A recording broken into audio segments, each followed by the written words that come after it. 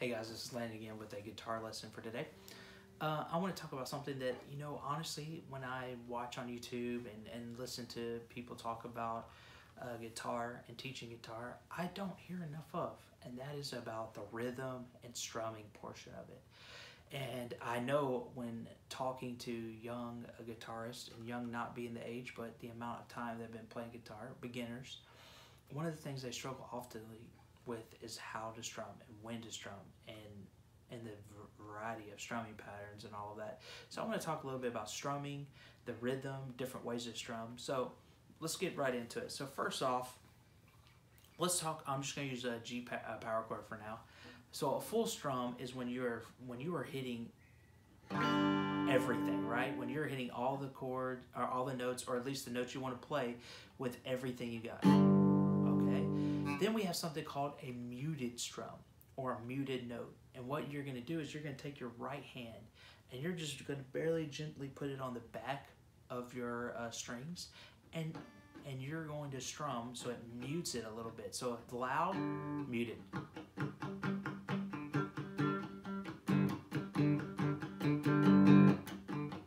So you see the difference of muted and then full and going back and forth.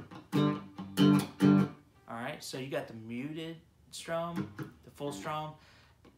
You have, when you're playing full chords, like here's a full, you can have a half strum where you just do half the note, or start from the midway down, and then you come back up, half, or come back full. So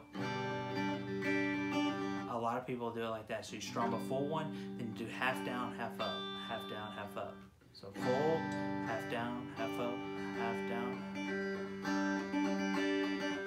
Or you just, which gets into rhythm, which we'll get in a second. But you also have what you call picking, or what I call picking at least. And that is when you pick out the individual notes of the chord. So if you're playing a full chord, arpeggio the notes, meaning to play them by themselves, not all together. All together, picking. And you can do different patterns. For some people,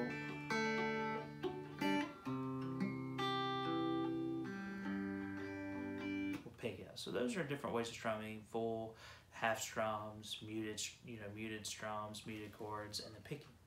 So let's talk about rhythm real quick, using those. So rhythm is going to go based on how your drummers, what you're drumming, or if you have a rhythm track instead of a drummer, you're going to go with those. And what I would tell you as a guitar player, being in a band, from our worship team, I mostly play keys. And so mostly what I want my guitar players playing rhythm is I want him or her to not only follow what the beat of the drums are, but follow what the band's playing. So, for instance, if we're driving it, if I'm on the keys and I'm really driving a song and the bass player is sitting here doing a G and they're driving it, then I want you to drive it with us. So, right? So you want to play the rhythm and also strum it according to how the band's strumming it. So let's say you're playing a acoustic and you're playing rhythm and you're playing a full G. Well, if you're doing this and everybody else is doing, it doesn't sound right. It's going to kind of clash. So what you want to do is you want to strum along with this. So you got to get with the band, the group, the drums. So it's not only the rhythm about how often you strum, but how you strum it as well is important. Now let's talk about rhythm. Beats. You got 4 counts, 8 counts, all of these different counts, which you're not a drummer. And so maybe it's not as important right now in music for you, but I definitely would tell you to look and listen to rhythm a little bit, understand beats, understand counts and stuff like that, because as a musician, counting beats and rhythm is important. But just for today, since we don't have a lot of time, let's just talk a little bit about rhythm as how we can make it work on a guitar. So first of all, you have something called the downbeat and the upbeat. Let's just, for simplicity's sake, just say we're going to do a 4 count. So 1, 2, 3, 4. And then on the next one, you're going to change to a different chord, okay? So 4 counts on 1 chord. So we're just going to do G and C. So I can do 1, 2, 3, 4, and then change 1, 2, chord change back, 1, 2. So that's just a kind of a generic strum, right?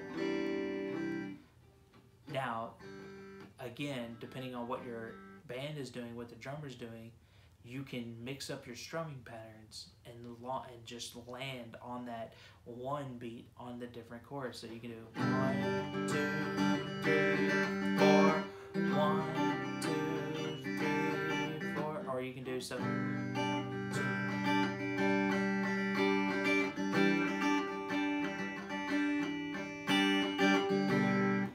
You can mix it up and you can get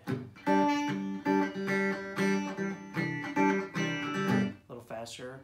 You can do muted.